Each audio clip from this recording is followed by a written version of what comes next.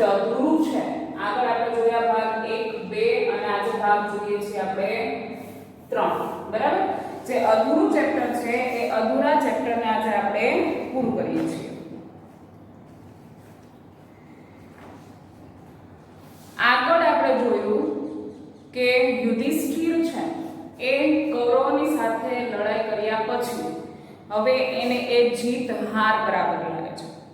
એટલે એ ઘરના બધા સભ્યોને કહી દે છે, બાકીના 4 ભાઈઓને, દ્રૌપદીને, નારદ મુનિને, કે પોતાને આ રાજ્ય છે એ ભોગવવું નથી.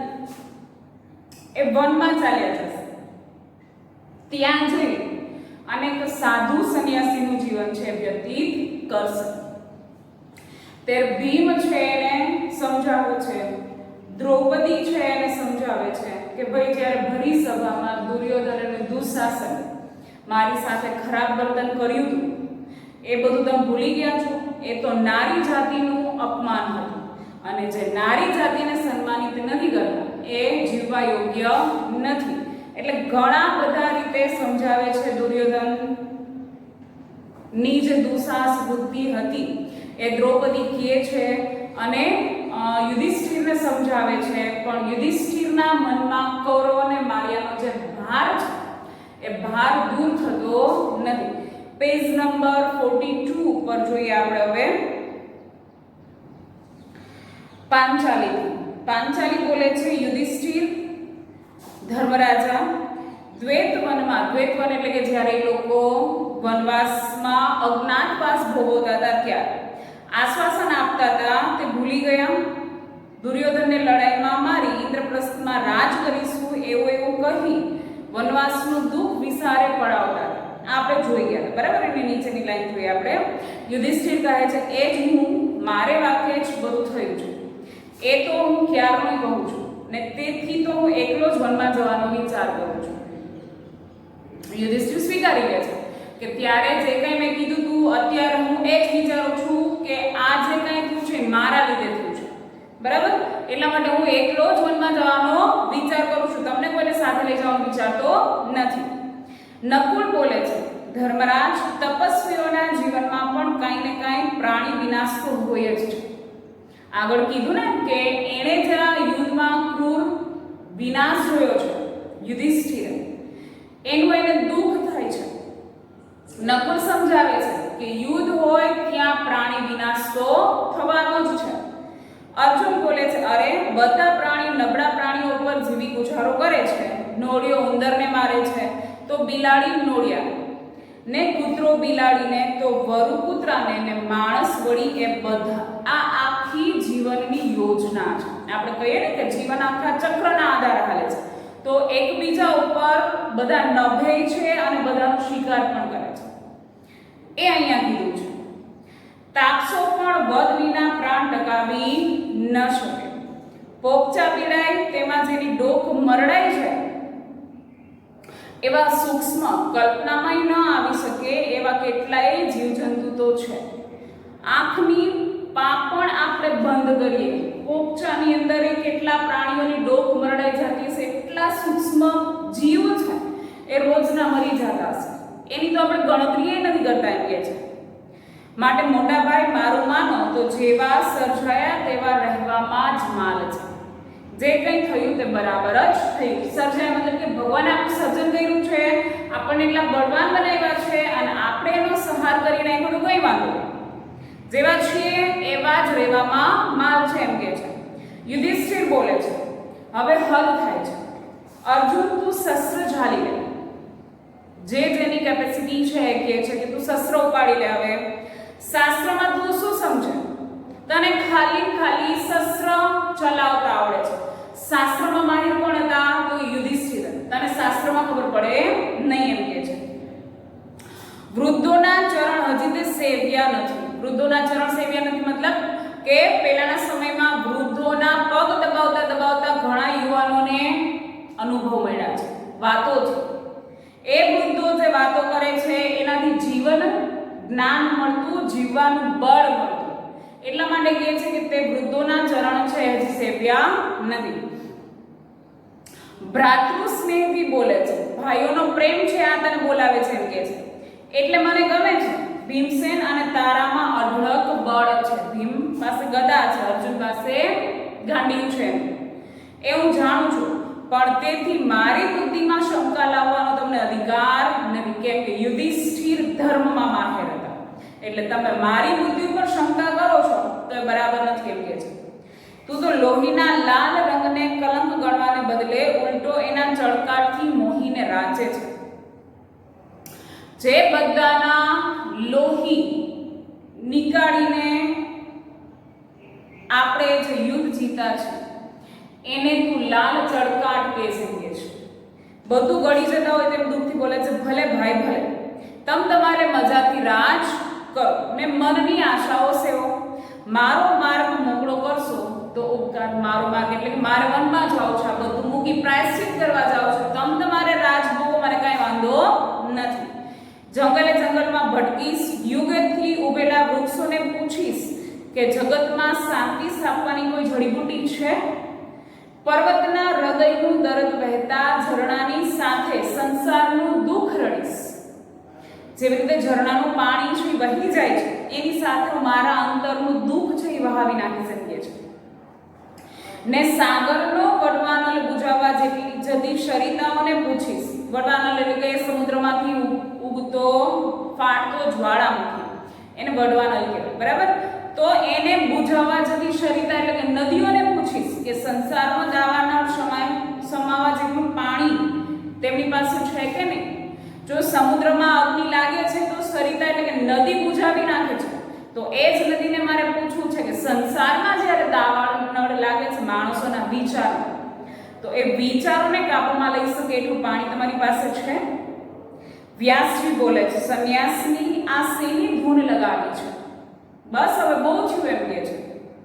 દંડ એ જ ક્ષત્રિયનો ધર્મ છે, મુંડન નહીં. મુંડન એટલે કે મુંડન કરાવી અને સાધુ સંન્યાસીનું જીવન જીવવું એ ક્ષત્રિયનું કામ નથી એમ કે છે. શા માટે રાજા શોક કરો છો, દુઃખ શા માટે કરો છો એમ કે છે. જેવું બીજાનું થાય છે તેવું મારું થાય છે, ને જેમ મારું થાય છે તેમ બીજાનું થાય છે એમ સમજે તો બધી વિટમણા ટળી જાય છે. જીવનનું બધું દુઃખ ટળી જશે એમ કે છે. બધી મુશ્કેલીઓ, વિટમણા એટલે મુશ્કેલી, દૂર થઈ જશે. યુધિષ્ઠિર કંઈ બોલતા નથી. વ્યાસજી ફરી પાછા યુધિષ્ઠિરને સમજાવે છે, પણ રાજા, ક્ષત્રિય સૈયામાં મરે એ તો અધર્મ કહેવાય. સૈયા એટલે પથારી. ક્ષત્રિયનું મોત જો પથારીમાં થાય તો એ અધર્મ કહેવાય. ક્ષત્રિય શેમાં દેખાય તો કે સમરાંગણમાં. સમરાંગણ એટલે યુદ્ધના મેદાનમાં એનું મોત થાય. એનું મોત તો સમરાંગણમાં જ શોધ્યું. સમરાંગણ એટલે યુદ્ધના મેદાનમાં. યુધિષ્ઠિર બોલે છે, મારું મોત એમ થતું હોત તો ઠીક જ થતું હોત, પણ આ તો બીજાનું મોત કરાવીને અહીં ઊભો છું. ભલે હું મરી જાય તો મને કાંઈ વાંધો નથી, પણ હું બીજાના મોત લઈને અહીંયા આવ્યો છું એમ કે છે. એનું દુઃખ છે. અર્જુન બોલે છે, વ્યાસ યદુવીર, તમે મને તો કુરુક્ષેત્રમાં લડાઈને રંગે ચડાવ્યો, પણ હવે આ કામ વસનું છે. 2-3 ગીતા ગાશો તોય સમજે તો ભલે. અર્જુન કહે છે કે તમે જે કંઈ મને સમજાવ્યું એ તમે યુદ્ધના મેદાનમાં સમજાવ્યું. હવે તમે 2-3 ગીતાના શ્લોક ગાઈ લો, જો એમાંથી તમને ખબર પડી જાય તો કે યુદ્ધ શું છે. યુધિષ્ઠિર બોલે છે, હું જ શ્રી કૃષ્ણને પૂછું છું કે આવડો મોટો સંગ્રામ થયો પણ એકેય વખત પોતે શસ્ત્ર કેમ ઉપાડ્યું નહીં, પકડ્યું નહીં. કે મારે શ્રી કૃષ્ણને પૂછવું છે. એ હાજર હતા ને જ્યારે યુદ્ધ થયું ત્યારે, કે આવડું મોટું યુદ્ધ થાય છે તો તમે ક્યારે શસ્ત્ર કેમ ના ઉપાડ્યું. શ્રી કૃષ્ણ બોલે છે, અરે મારે હાથે ક્યાં ઓછું થયું છે, પણ એ તો ઠીક છે. ધર્મરાજા, તમે જુગારમાં હોશિયાર છો તો આ જરા મોટી બાજી છે તોય શું, સમજતા વાર કેમ લગાડો છો. શ્રી કૃષ્ણ સમજાવે છે, ફોડ નથી પાડતા કે એને સાધુ થઈ જાઓ, સંન્યાસ લઈ લેવો કે રાજ્ય ભોગવો. કૃષ્ણ એમ કહે છે કે તમે તો આવડા મોટા ધુરંધર છો, તમારી પાસે આટલું મોટું જ્ઞાન છે, જુગારમાં હોશિયાર છો, તોય તમારી બાજી કેમ બગડી ગઈ એમ કહે છે. યુધિષ્ઠિર પૂછશે એટલે પાંચાલી કહે છે, તમે બધા એક મહાશતરંજના સોગઠા છો. સોગઠા એટલે પાસા. અત્યારે જે કઈ રમત થાય છે એ શતરંજ રમાય છે એમ કે છે, અને તમે બધા શતરંજના પાસાઓ છો. યુધિષ્ઠિર કહે છે, કબૂલ, ને તેથી જ તો આજે હું શાંતિનો દાવ ખેલવા બેઠો છું. આજે મારો વારો છે એમ કહે છે. અત્યારે કહી દીધું કે શતરંજના સોગઠા છે તો છું, પણ હું શેનો દાવ ખેલું છું તો કે શાંતિનો. મારું સર્વસ્વ હું હોળમાં મૂકું છું. હોળ એટલે રમતમાં, દાવમાં મૂકી દઉં છું. જોઈએ છીએ શાંતિ જીતે છે કે યુદ્ધ. હાથે કર્યા બધા ભૂસી નાખવાના છે. શાંતિનો દાવ જતું કરી અને આ જન્મારો જીતવો છે. શતરંજના સોગઠા કીધા છે તો છું, બરાબર, પણ હવે શાંતિનો દાવ મારે જીતવો છે. પછી એ યુદ્ધમાં હું જીતું કે હારું મને એમાં કોઈ ફેર પડતો નથી. પાંચાલી બોલે છે હોળ બકો, એમાં આપણને ગણશો નહીં. હોળ એટલે શરત. જે કઈ શરત મૂકો પણ એમાં મને ક્યાંય ગણતા નહીં એમ કે છે. એક વાર તો ભગવાને લાજ રાખી લીધી, બરાબર. ભરી સભામાં દુર્યોધન અને દુશાસન એની ઉપર નજર બગાડે છે. શ્રી કૃષ્ણ એના ચીર પૂરે છે. એ વાત યાદ કરે છે કે એકવાર ભગવાન મારી લાજ રાખે છે, વારંવાર ભગવાન બચાવાય નહીં આવે. શ્રી કૃષ્ણ બોલે છે કૃષ્ણ ગંભીર, આ પજવણીનો સમય નથી. તમે નકામાં ખાંડ ખાઓ છો, મીઠા શબ્દો ખોટા બોલો છો એમ કહો છો. અત્યારે જે મળ્યું છે ભોગવવાનો સમય છે. એક સ્વપ્ન પસાર થઈ ગયું, તમે તેને પકડી રાખવા માંગો છો. જે ગયા તે પાછા બોલાવવાનો વિચાર નથી ને. મારું માનો તો કરો મર્યાનો શોક છોડી દો. કોણ બોલે છે? કૃષ્ણ બોલે છે કે જે એક સ્વપ્ન બની ગયું છે, દુસ્વપ્ન બરાબર સમજીને એને જવા દો. તમારે જે મરી ગયા છે ને પાછા લાવવા છે એમ કે છે હવે બધું ભૂલી જાઓ. યુધિષ્ઠિર બોલે છે અરે કોણ મર્યું છે? આ રહ્યો દુર્યોધન, રાતી આંખે જોઈ રહ્યો છે. બધા એને નજર સમક્ષ દેખાય છે. ખરેખર કોઈ નથી, પણ બધા એને દેખાય છે. મારા એકલા પરનો ક્રોધ જાણે જગત પર ઠાલવવા કરતો હોય ને, એની આંખો લાલ થઈ ગઈ છે. આખા બધો ક્રોધ, ગુસ્સો, આખા જગતનો ગુસ્સો એ મારી ઉપર ઠાલવતો એવું લાગે છે. રણ મેદાનમાં ભલે તેમના પ્રેત પડ્યા હોય ને બધા પણ આ મારી આગળ જીવતા જાગતા ફરે છે. એના શરીર ભલે તે રણના મેદાનમાં પડ્યા છે, પણ જીવતા જાગતા એની આત્મા અહીંયા મારી આગળ રખડે છે એમ કે છે. મારે તો એ સૌને ભેટવું છે. એમના હથિયાર અને બખ્તર પાછળ માનવ હૃદય ધબકે છે એવું સ્પષ્ટ જોઉં છું. એક સૈનિક યુદ્ધના મેદાનમાં લડાઈ કરવા ઉતરે છે ત્યારે એક સૈનિક હોય છે, એના હાથમાં હથિયાર હોય છે, બખ્તર પહેરેલું હોય છે, પણ એ બખ્તર પાછળ એક માનવ હૃદય ધબકતું હોય છે. એ યુધિષ્ઠિર કહે છે હું સાંભળું છું. આપણા હથિયાર સાથે જ અથડાયા, માસની સાથે જ લડ્યું. મારે હવે હૃદયની લડાઈ આગળની છે. એને મારે દિલથી સમજાવતા એનામાં જે અહંકાર હતો એ દૂર કરવાનો હતો, એટલે એની બદલે મેં એના શરીર સાથે લડી બેઠો છું. હવે મારે એની લાગણીને સમજવી છે એમ કે છે. 25 દુનિયાઓ વડોટીને કોરો ક્યાંય ચાલ્યા જશે ને તો પણ પાછળ જોઈશ ને તેમની જ મદદથી હું યુદ્ધ સાથે યુદ્ધ કરીશ. આપણને પોતાના બાપે આખો સંસાર યુદ્ધથી પીડાયા કરશે. ચાલ એ યુદ્ધને, અશાંતિને આપણે મહાત કરીએ અને પાડી દઈએ અને નાશ કરી દઈએ. કદાચ ને 25 દુનિયા વટાવીને કરો ક્યાંક ચાલ્યા જશે ને તો પણ હું એની પાસે જઈશ અને એને કહીશ કે આપણે બધા શાંતિથી રહીએ અને દુનિયામાં અશાંતિ છે એને દૂર કરીએ. એટલું જ મારે દુર્યોધનને કહેવાની જરૂર રહેશે, બરાબર. એમ તો કહીને એના શબ્દો છે એ અધૂરા રહી જાય છે. શ્રી કૃષ્ણ બોલે છે અત્યારે અહીં જ હવે નવ વિધાનના બીજ નાખો તો ઘણું જ. નવ વિધાન એટલે નવી શરૂઆત. જે થયું એને ભૂલી જાઓ, હવે નવી શરૂઆત કરો એમ કહે છે. યુધિષ્ઠિર મહાવિનાશના ખાતરમાં બીજ શું ઉગવાનું? નવી શરૂઆત કરીએ પણ બીજ શેના બોયા છે? મહાવિનાશના. એમાં કઈ ઉગશે નહીં. લોહી પીને ઉછરેલા છોડ અમૃત ફળ ઓછા આપવાના હતા? જે કઈ ખેતી કરી છે આપણે અહંકારની કરી છે. કદાચ ને એમાં કઈ વાવીશું તો આપણને સામો અહંકાર જ મળવાનો છે એમ કે છે. લોહી અને આંસુના ઝાપટાથી માનવતાની સંસ્કૃતિનો ફાલ બગડી જશે. ઉલટો જે કાંઈ થઈ ગયું છે એનાથી આવનારી પેઢીમાં ઊંધી અસર પડવાની છે એમ કે છે. શ્રી કૃષ્ણ બોલે છે ધર્મરાજા તમે શાંત થાઓ. ભૂતકાળ વિચારો તમારી આગળ કાપે છે. દયા કરો. ભવિષ્ય અવનવી આશાએ સ્મિતપૂર્વક તમારી તરફ આવી રહ્યો છે ને નિરાશ ન કરો. ભૂતકાળમાં તમારો હાહાકાર હતો એ કાપીને વયો પણ ગયો. હવે તમારી આગળ ભવિષ્ય ઊભું છે એને જુઓ. યુધિષ્ઠિર કહે છે હાય નિરાશા. શ્રી કૃષ્ણ કહે છે તો સૃષ્ટિક્રમમાં આ યુદ્ધ વૃથા આવ્યું છે. વૃથા એટલે નકામું.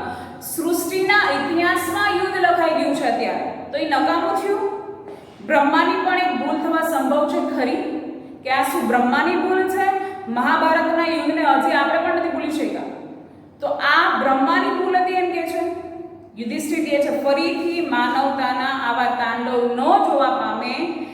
આ યુદ્ધનો જગતના વિકાસક્રમનો હેતુ હોઈ શકે કે કદાચ આ યુદ્ધ એટલા માટે રચાણું કે ફરીથી આવનારી પેઢી છે એ આવા યુદ્ધ ના જોઈ શકે. આજથી આપણે નવી શરૂઆત કરીએ, હવે પછી ક્યારે યુદ્ધ નહીં કરીએ, કદાચ ને આ એની શરૂઆત પણ હોય એમ કે છે. યુધિષ્ઠિર શ્રી કૃષ્ણ બોલે છે જુઓ ને અત્યારે સુંદર નવું ચણતર અબાધિત રચી શકાય, કોઈ પણ બાધા વગર અબાધિત. બધા જાળી ઝાખરા દૂર થયા છે. યુદ્ધ દ્વારા માનવતાને પોતાનો કચરો ફેંકી દીધો છે. જે કાંઈ યુદ્ધ કર્યું માનવતાની અંદર, મતલબ કે જે કાંઈ માનવોની અંદર કચરો હતો એ બધું ઠાલવી નાખ્યો છે એમ કે છે. યુધિષ્ઠિર બોલે છે કચરો તો એકવાર સર્જનહારની અંગુલીનો સ્પર્શ થયો છે. સર્જનહાર એટલે કે ભગવાન, અંગુલી એટલે કે આંગળીનો એનો સ્પર્શ થયો છે એમ કે છે. પરમેશ્વરની ભૂલ સુધારવાનું માણસ માથે લે. પરમ પિતાનો આશીર્વાદ દેતા મીઠો હાથ તેની ઉપર એકવાર ન હશે તેટલી વાત જ શું એને પૂછવા માટે પૂરતી નથી? કે કદાચ ને ક્યારેક આપણે સારા કાર્ય કરતા હોય ને ભગવાનનો હાથ આપણા ઉપર ના હોય તો નહીં ગમે, પણ ભગવાનનો પ્રેમાળ સ્પર્શ આપણી સાથે હશે તો આપણે ગમે એવું જીતી જશું એમ કે છે. એ પિતાની નજરે સૌ સરખા છે. રાત્રિના તારાને તરણાની સામે હસવાનો કોઈ અધિકાર નથી. ભગવાન માફ કરી દેશે આપણે એમ કે છે, એના માટે બધા સરખા છે. જે કંઈ ભૂલ થઈ ગઈ છે ભૂલને સુધારી નાખીએ છીએ. કોને હસવાનો અધિકાર નથી એવો પ્રશ્ન પૂછાય છે, તો કે રાત્રિની સામે તારાઓને હસવાનો અધિકાર નથી. અર્જુન બોલે છે પણ હવે આ પ્રજાને આવી દશામાં મૂકીને તમે છૂટા થઈ ઉચિત ગણો છો? જે કંઈ થઈ ગયું યુદ્ધમાં તમે એમ કીધું કે ચાલો યુદ્ધ કરવાનું છે તો પ્રજા તમારી સાથે, હવે તમે એમ કહો છો કે કાંઈ નથી કરવાનું, આપણે શાંતિથી રહેવું છે, તો પ્રજાને શું સમજવાનું?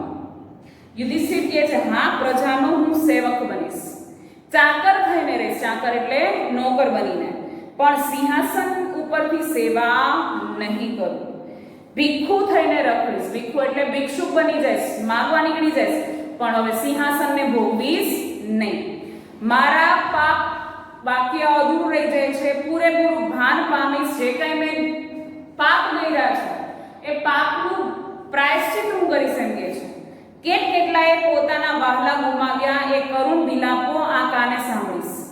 મારે એકને કાજે સુત વિયોગે આજે રે માડી કંઈક જુરે રે. સુત એટલે કે પુત્રના વિયોગથી કેટલીય માં છે એ પોતાના પુત્રના વિયોગથી ઝૂરે છે. આ બધું મારે સમજવું છે, જોવું છે. યુધિષ્ઠિર અત્યંત ભાવાવેશમાં આવતા ઢળી પડે છે, એકદમ લાગણીશીલ થઈ જાય છે, એટલે એ ઢળી પડે છે, બેભાન થઈ જાય છે. વ્યાસ સફાળા ઉઠીને કમંડળમાંથી પાણી છાંટે છે ને બે બાપડા બનીને પાંચાલી, અર્જુન, ભીમ વગેરે કંઈક ને કંઈક લાવે છે. યુધિષ્ઠિર બેભાન થઈ જાય છે એટલે બધા બે બાપડા થઈ જાય છે અને એને ભાનમાં લાવવા માટે બધા કંઈક ને કંઈક લાવે છે. ભીમ વ્યથા એટલે કે દુઃખથી બોલે છે પાપી તો હું જ હતો, ઝેરનું પૂતળું. તો અર્જુન બોલે છે મને મારા ગાંડીવનું અભિમાન હતું, ગુમાનમાં હું સપનું ન હતું. સપનું એટલે સરખી રીતે ના રહ્યું, ગુમાન એટલે કે અભિમાનમાં રહી ગયો હતો. અને પાંચાલી બોલે છે મારા જ પાપ પ્રગટ્યા છે, યુદ્ધ માટે તો હું જ કૂદાકૂદ કરતી હતી ને, કેમ કે દ્રૌપદીના શબ્દો હતા કે જેનાથી મહાભારતની રચના થઈ. બરાબર, એટલા માટે શું કહે છે કે યુદ્ધ માટે કૂદાકૂદ તો હું જ કરતી હતી. બધાને પોતપોતાની ભૂલ સમજાવવા લાગે છે. નકુલ બોલે છે આ શું છે બધું? શ્રી કૃષ્ણ બોલે છે એક રીતે તો યુધિષ્ઠિરનું કહેવું યોગ્ય જ છે, પણ કહેવું પછી દેશદેશ આવી જાય છે, મતલબ કે ત્યાં વાક્ય અધૂરું છે. જે કંઈ યુધિષ્ઠિરે કર્યું છે એ યોગ્ય છે એમ કહેવા માંગે છે. એટલે બધા ભાઈઓ અને પાંચાલીને યુધિષ્ઠિર જે કહે છે એ વાત છે એ સાચી લાગવા માંડે છે. અને યુધિષ્ઠિરનો જે યુદ્ધ વિષાદ છે, યુદ્ધ કર્યા પછીનું જે દુઃખ છે એ દુઃખને બધા લોકો સમજી જાય છે. અને અહીંયા આપણું ચેપ્ટર